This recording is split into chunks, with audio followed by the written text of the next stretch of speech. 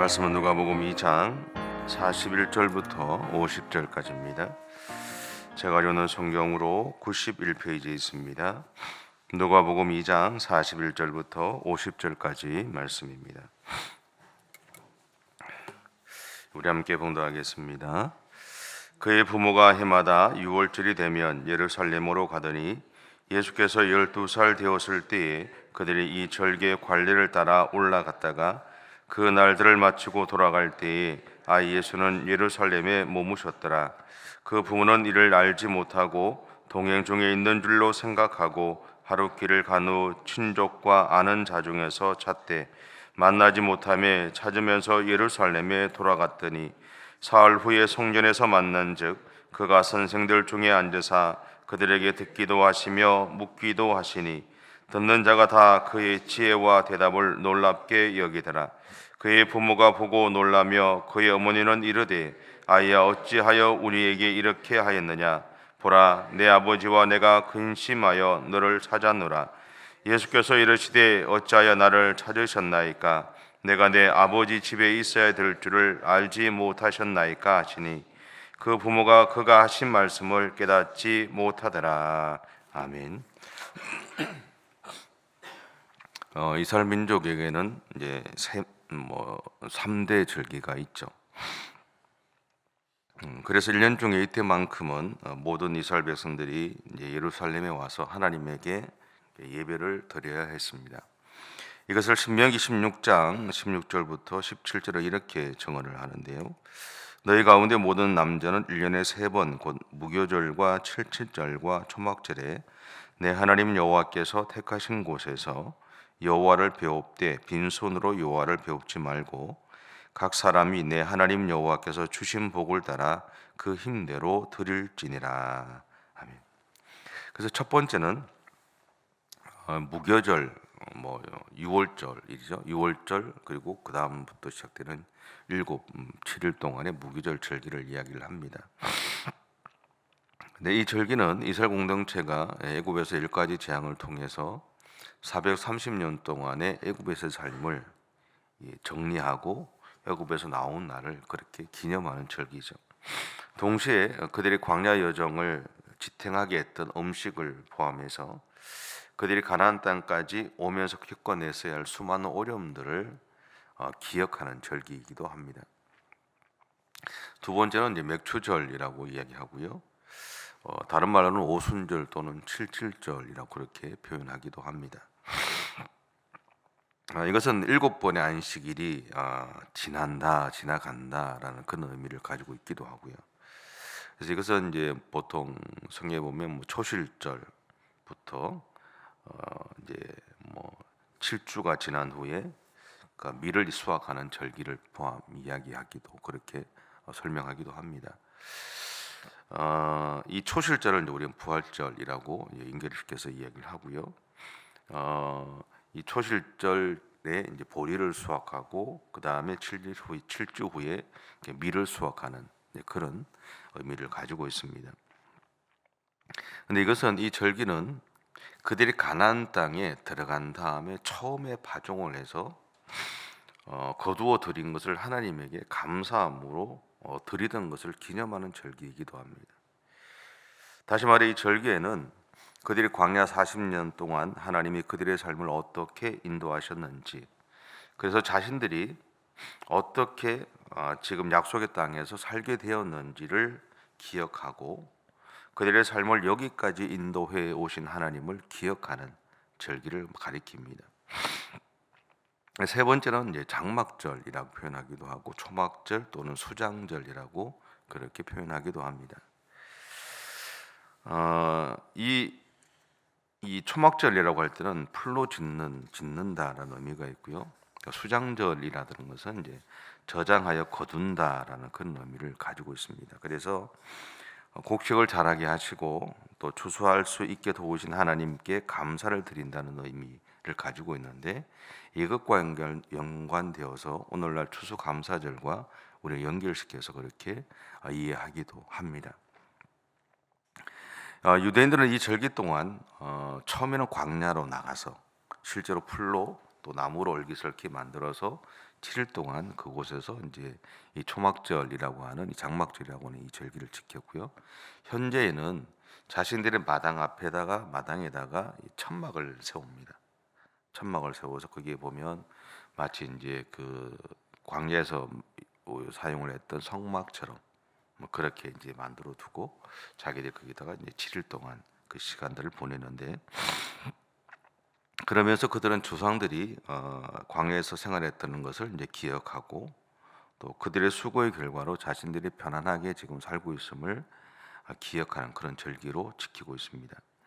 근데 여기에는 또 한 가지 중요한 것이 하나 있습니다. 그것은 뭐냐면 자신들의 조상이 광야에서 어려움을 겪었던 것처럼 그들이 하나님의 백성으로 제대로 살아가지 못한다면 그러한 어려움이 자신들에게도 올 수 있음을 기억하고 항상 하나님 앞에서 자신들의 삶을 돌아보며 살아갈 것을 결단하는 절기이기도 하다라는 거죠. 근데 여러분이 지금 들어보시면서 제가 세 가지 이야기, 이 절기를 이야기하면서 동일하게 썼던 단어가 하나 있습니다. 혹시 뭔지 기억나십니까? 제가 방금도 이야기했는데 기억입니다. 기억.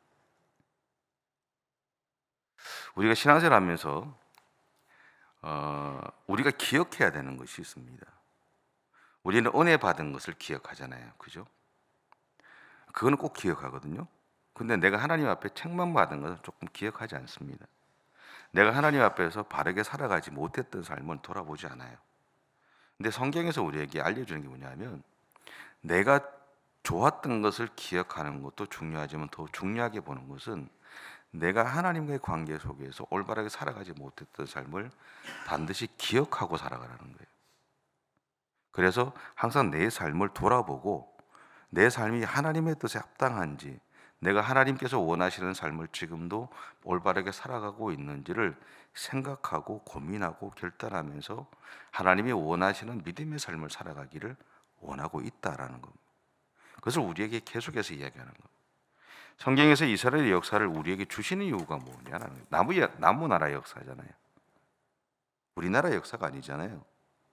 다른 나라의 역사를 우리에게 보여주시는 이유는 뭐냐면 이스라엘의 역사가 우리의 인생의 역사다라는 거죠. 이 성경의 이야기를 잘 보시면 여기 답이 다 있어요. 우리 인생에 대한 답이. 우리가 살아가면서 실수하기도 하고 우리가 믿음의 길을 달려가면서도 실수하고 우리 가운데 일어나는 수많은 일들이 여기에 답이 다 있어요. 그래서 과거부터 지금까지 하나님의 말씀을 읽으라고 기억하고 자꾸 가까이 하라고 하는 이유가 거기에 있는 겁니다. 여호수아에게 얘기한 것이 여호수아에게 얘기한 것이 아니라 오늘 우리에게 하는 이야기죠. 하나님의 말씀을 가까이 하고 그걸 알아야 된다는 거죠. 의미를 알아야 된다는 거거든요. 제가 한동안 대학교 때 이단 연구를 한 적이 있습니다. 궁금해서 책을 얼마나 많이 봤는지 몰라요. 그리고 나서 제가 책을 다 갖다 버렸어요. 버리고 제가 내렸던 결론이 뭐냐면 성경을 제대로 알고 있으면 이단은 아무것도 아니다라는 거예요. 내가 성경을 모르니까 거기에 빠져드는 거죠. 결론은 그렇다라는 거죠. 우리가 신앙생활하면서 여러분 꼭 기억하실 게 있어요. 우리의 신앙의 본질이 뭔지를 놓치지 않으면 됩니다. 내가 신앙생활하는 것이 내가 신앙생활하는 그 모든 삶의 과정에서 가장 중요한 본질이 뭔지를 우리가 늘 기억하고 그걸 붙잡고 되새기고 살아가면 흔들림이 없어요. 근데 우리는 신앙생활이라는 것을 하면서 흔들릴 때가 많아요. 왜? 내가 본질을 놓치니까. 저 같은 목사들도 마찬가지고 목사로서의 본질을 놓쳐버리면 소위 말하는 망하죠. 겉으로는 멀쩡합니다. 잘 나가고 잘해요. 근데 나중에 하나님 앞에 섰을 때는 어떤 평가를 받을까라는 거죠. 어제 누구하고 제가 그런 얘기하면서 그런 얘기 한 적이 있어요. 전에도 말씀드렸지만 예전에 여러분이 그런 거 있잖아요. 80년대 후반에 혹시 기억나세요? 80년대 후반, 90년대 초반에 천국 갔다 왔다고 얘기하는 사람들. 그 책도 많이 나왔잖아요. 그죠? 그 시대를 안 살아보셨습니까? 그거 다 보셨잖아요. 그때 나왔던 예화 중에 그런 이야기 하나 있어요. 어떤 사람이 천국에 갔대요. 천사님께 예수님을 만나가지고 너무 좋을 거 아니에요. 그래서 자기가 아는 유명한 목사님들 이름을 다 댔대요. 예수님이 하시는 이야기가 모른다는 거예요. 그 사람들 모른대요. 좀 이상하잖아요. 그래서 또 다른 사람을 또 댔대요. 모른대요. 그러고 나서 예수님이 이 사람에게 어떤 이야기를 하냐면, 너는 누구누구 목사 혹시 아냐 그랬대요. 들어본 적이 없어요. 생전 처음. 모른다고 그랬대요. 그리고 잠이 깼대요. 궁금하잖아요. 어떤 사람인지. 찾아봤대요. 찾아봤더니 시골에 있는 교회 목사님인데 교인도 별로 없어요. 근데 그분이 어떤 분인가를 봤어요. 그리고 자기가 깨달았대요. 성경에서 하나님이, 성경에서 우리에게 하나님에 대해서 알려줄 때 하나님은 뭘 보신다 그러죠? 중심을 보는 거예요. 내 마음이 어떠한지. 연복의 앞에서 헌금을 드린 수많은 사람들을 바라보시면서 예수님이 두 랩돈 드린 여인을 보고 이 여인이 이 중에서 가장 많이 드렸다고 했죠. 그때 뭘 보셨을까요? 헌금 드린 액수를 보셨을까요? 드리는 사람의 마음을 보시는 거죠. 어떤 마음으로 드리느냐. 우리가 가는 신앙의 여정의 본질은요, 거기에 있습니다. 내가 오늘 하나님 앞에 어떤 마음으로 살아가고 있느냐. 이스라엘 역사가 그 많은 이 지리한 역사를 계속적으로 이야기하는 이유가 거기에 있다라는 거예요. 오늘 내가 하나님 앞에서 어떤 믿음의 삶을 살아가고 어떤 생각을 행하고 있느냐. 그 이야기를 계속하고 계시다는 거예요. 여러분, 하나님 앞에서 여러분의 신앙의 본질을 놓치면 안 됩니다. 반드시 지켜가셔야 됩니다.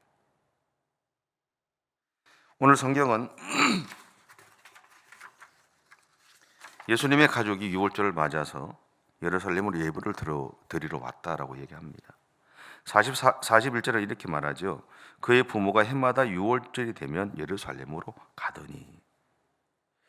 이 말씀을 통해서 오늘 성경이 우리에게 보여주는 게 뭐냐면, 예수님과 그 가족이 하나님의 말씀에 따라서 성실하게 살아가려고 믿음의 삶을 살아가고 있었다라는 것을 우리에게 알려주고 있는 거예요.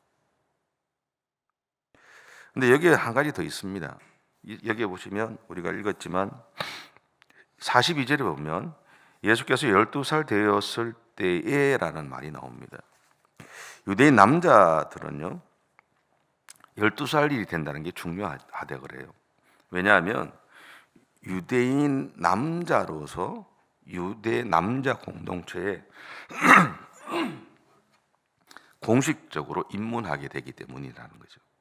그렇다라는 것은 오늘 성경에서 예수님이 예루살렘에 가셨다라는 것을 우리에게 보여주는 것은 두 가지 의미가 있습니다. 첫 번째는 유월절을 지키려고 하는 목적이 있다는 것이고, 또 하나는 예수님이 유대인 남자 공동체에 공식적으로 입문하게 되었다라는 것을 이야기를 합니다. 그렇기 때문에 예수님과 유대 학자들과 대화를 하기 시작한 거죠.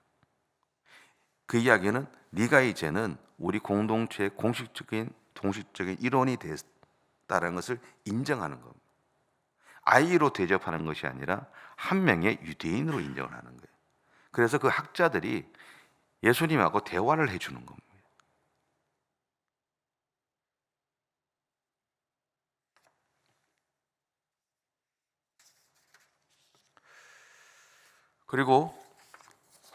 그런데 이제 예수님이 6월절이 끝나고 나서 예수님이 부모님과 함께 돌아가지 않죠. 찾으러 왔던 부모가 묻죠. 네가 어찌하여 너 혼자 이렇게 움직였냐?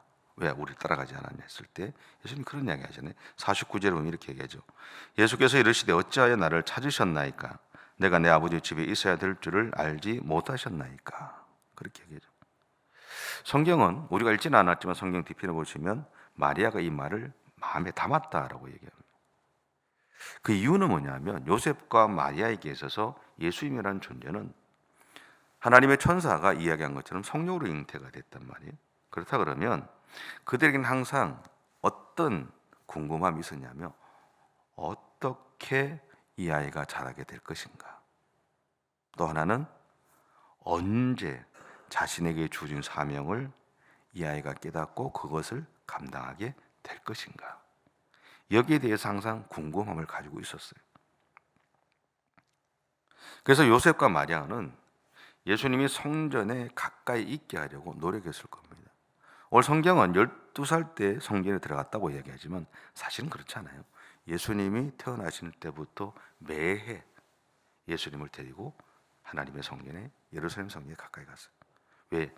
이 아이가 하나님에 의해서 태어난 아이니 이 아이는 하나님과 가까이 있게 하기 위해서 자신들이 해줄 수 있는 거였어요. 아무리 멀어도 상관없었어요. 바벨론 포로 이후에 유대인들은요, 이 세 가지 절기를 매년 세 번씩 예루살렘 모일 수가 없었어요. 다 흩어졌거든요. 여러 나라 지역으로 다 흩어졌어요. 그러니까 매년 올 수 없으니까 1년에 유일하게 한 번이라도 가자 그래서 6월절에 전체가 다 모였다고 그럽니다. 근데 우리 성경에 나오지는 않지만 아마도 요셉과 마리아는 이 세 가지 절기에 예수님을 하나님의 성전에 가까이 계속 데리고 왔을 겁니다.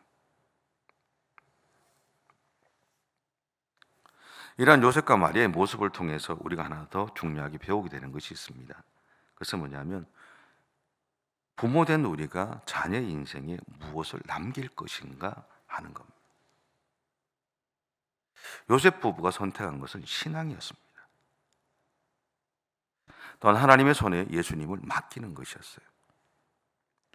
이것을 위해 그들은 오늘 성경에 표현한 대로 6월절에 예수님을 데리고 예루살렘을 찾았던 겁니다. 우리는 자녀에게 하나님을 향한 믿음을 남겨주어야 한다라는 말을 합니다. 그렇죠? 저 같은 목사들은 그렇게 이야기를 늘 하고 여러분 또한 그렇게 고민들을 늘 얘기하고 기도하시죠.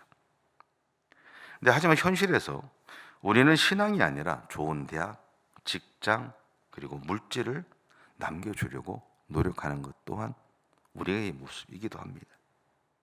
그 이유 중에 하나는 내가 겪었던 어려움을 내 자녀 세대에게 물려주고 싶지 않기 때문이에요. 저도 마찬가지입니다. 만약에 저희 아이들이 목회를 한다 그러면 저는 싫어요. 내가 겪었던 그 과정들을 겪게 하고 싶지 않아요. 굳이 왜? 안 그래도 할 수 있는 게 너무 많은데, 내가 주를 위해 살아갈 수 있는 방법이 너무너무 많은데 굳이 왜? 그들보다 더 능력 있는 목회자감들이 많을 거니까 그 사람들이 하면 되지. 저는 그런 마음들이 있어요. 저희 선친 또한 저에게 그렇게 얘기했었고, 왜냐하면 본인이 겪어보니 굳이 왜 네가 그 어려움의 길을 가려고 하느냐.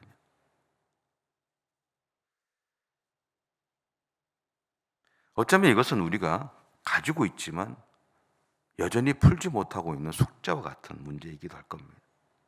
분명히 우리는 우리 자녀들에게 신앙을 심어줘야 된다는 거 압니다. 물려줘야 되는 거 알아요. 그들이 하나님 앞에서 올바르게 살아가야 된다는 거 압니다. 그리고 교회 공동체가 그것을 감당해 주기를 요청하죠. 그렇다 그러면 교회 공동체의 일원으로서 교회 공동체가 해야 될 일이 있어요. 좋은 신앙인의 모습을 보여줘야 됩니다. 예전에 대구에서 제 모교회가 아니고 제가 그 선친에 돌아가시고 가서 대구 제일 큰 교회를 제가 갔어요. 저희 이제 그 외가 쪽은 다 그쪽 교회였으니까. 근데 어느 날 거기 부목사님이 막 얼굴이 벌게서 나왔어요. 왜 그러시냐고 그랬더니만 당회에서 장로님들이 싸운다는 거예요. 주먹 다짐하고. 자기는 그 이해가 안 돼서 나왔다는 거예요. 이게 뭐냐 그러면서 얼굴 벌게 나왔어요. 가만히 듣고 있다. 그럴 수 있지. 사람이 모여 있으니까 그럴 수 있겠지.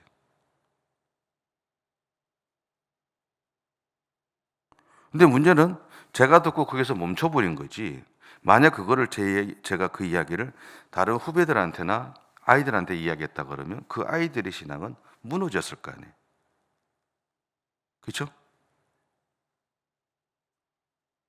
믿음의 공동체가 가지고 있는 가장 중요한 것, 우리가 우리의 자녀들에게 신앙을 물려줄 수 있는 유일한 방법은 뭐냐면 우리가 지금 올바른 믿음의 모습들을 가지는 공동체 일원으로서 그 모습들을 후배들에게 보여주어야 될 책임이 있다는 거예요. 앞에 선배들한테 당신들이 이렇게 못 보여줬잖냐고 이야기할 필요가 없다라는 거죠. 내 때에서 끊어야 되는 거죠. 그렇지 않으세요? 저희 선친은 술하고 담배를 안 했습니다. 근데 저희 집안에 흐르는 거는 술하고 담배를 잘합니다. 저도 먹으면 잘 먹을 거예요. 입도 안 돼요. 왜? 저희 선친 때, 저희 할아버지 때 어려움 때문에 그분이 술하고 담배를 하고 이게 하는 거기에 자기의 정신을 빠뜨렸던 걸 봤거든요. 가정을 돌보지 않고 했던 걸 봤어요. 가정을 위해서 애를 썼는데 집안적인 어떤 문제 때문에 그 모든 것들이 자기의 노력이 수포로 돌아가면서 자기가 술 먹고 다 그렇게 했던 걸 봤어요. 나는 안 하겠다는 거죠. 나는. 그래서 끊었어요. 저희 선친은 안 드셨어요. 그런데 저희 큰아버지는 드셨어요. 같은 마음이었지만 달라요. 큰 집의 형들하고 저하고 생각하는 게 다르고 삶의 모습이 다릅니다. 믿음의 공동체가 교회 공동체로서 우리가 후배들에게 보여주는 모습이 어떠하느냐에 따라서 우리는 우리의 자녀들에게 우리의 신앙이라는 것을 올바르게 전달해 줄 수도 있고 전달해 주지 못할 수도 있다는 거예요. 그것은 내가 그것을 인식하는 나부터 바뀌어야 된다는 거예요. 예수님의 부모들이 예수님이 하나님의 성령의 인도하심으로 성령의 은혜로 잉태된 것을 알고 그분이 하나님 앞에 가까이 있어야 된다는 것을 알았기 때문에 최선을 다해서 예수님이 하나님의 성전에 가까이 할 수 있도록 애를 썼던 것처럼 바로 그런 부모의 밑에서 예수님은 하나님이셨지만 인간으로 오셨잖아요. 그런 부모를 바라보고 그가 하나님 앞에서 어떤 삶을 살아야 될지를 늘 고민하고 살았고 자신의 역할이 무엇인지 자신의 사명이 무엇인지를 알고 살았다는 거예요. 그런 것처럼 부모된 우리에게 신앙의 선배인 우리에게는 우리의 후배들에게 어떤 신앙의 모습을 보여주고 가르쳐주고 그들이 그 믿음의 길을 달려갈 것인가를 이야기해 줘야 된다. 어제 제가 곡성을 갔다 왔습니다. 장애 휴가 때 거기서 만났던 장로님이 거기 계셔서 그분하고 만나야 되겠다 싶어서 갔어요. 우리 큰아이하고. 갔다 오면서 이 아이가 저한테 그런 이야기를 해요. 이 아이는 상처가 너무 많아요. 여러분 우리 큰아이 얼굴 모르시죠? 제가 5년 지금 6년째 있는데 예배 드리러 온 게 10번 아닙니다. 주말에 알바를 해요. 제가 아무 소리 안 해. 도와줄 수 있는 게 없으니까. 그래 알바해서 네가 용돈 쓰고 네가 필요한 거 해. 아무 소리 안 해. 근데 그 아이가 뭐라고 이야기하냐면 아빠, 만약에 아빠가 어떤 계획이 있어서 아빠가 나중에 어떤 일을 할 때 만약 교회에서 어떤 일을 한다 그러면 아빠 내가 알바를 이제는 주말 알바는 안 하고 아빠 도와줘야 되겠지?